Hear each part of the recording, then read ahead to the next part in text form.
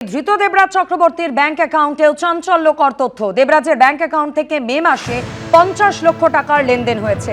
বিপুল পরিমাণ কালো টাকায় জমি কেনা হয়েছিল এমনটাই দাবি পুলিশের। দেবরাজের 5টি ব্যাংক অ্যাকাউন্টের কোনোটিতেই বিপুল টাকা নেই। বাড়ি ফ্ল্যাটে তল্লাশিতে 5টি ব্যাংক অ্যাকাউন্টের হদিশ পায় পুলিশ।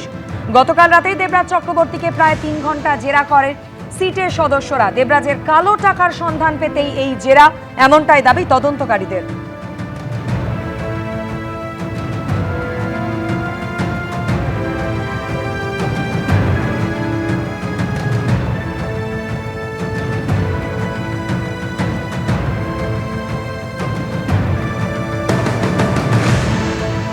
তদন্তকারীদের নজরে দক্ষিণ দমদম পুরসভার একাধিক কাউন্সিলররাও রয়েছেন।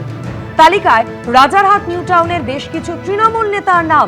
এই সব জনপ্রতিনিধিদের মাধ্যমে কাজ চালাতেন দেবরাজ চক্রবর্তী, এমনটাই দাবি পুলিশের। তাপস চ্যাটার্জি দেবরাজ চক্রবর্তী মানে সিন্ডিকেট ক্রাইমের পার্টনার। ওই এলাকা আমি আবার বললাম, বিএমসি প্ল্যান আর টিএমসি প্ল্যান একটা কমন জিনিস ছিল।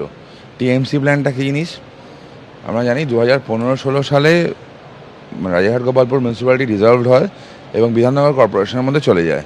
সেই কর্পোরেশন যখন ছিল, কিন্তু বছর 2-3 আগেও তাপস চ্যাটার্জির হাত থেকে সাইন করা প্ল্যানে কাজ হয়েছে। কিছু ব্যাংক ইনভলভমেন্ট আছে, এসবিআই নাম করে বলতে পারি। এসবিআই অ্যাপ্রুভ করেছে কিছু বিল্ডিংয়ের, কিন্তু সেই বিল্ডিং প্ল্যানটা আসল না, নকল বিল্ডিং প্ল্যান, তারাদের ইনভলভমেন্ট আছে। এবার তাপস চ্যাটার্জি, দেবরাজ, এই সিন্ডিকেটগুলো চলতো, সাথে বিএমসির কিছু ইঞ্জিনিয়ার ছিল, তারা ইনভলভ ছিল। নাম করতে Monodip Mukherjee, he was involved, he was named in a complaint. এরকম অনেক আছে, সে সবগুলোই এই সিন্ডিকেট ক্রাইমের মধ্যে সবাই আসছে।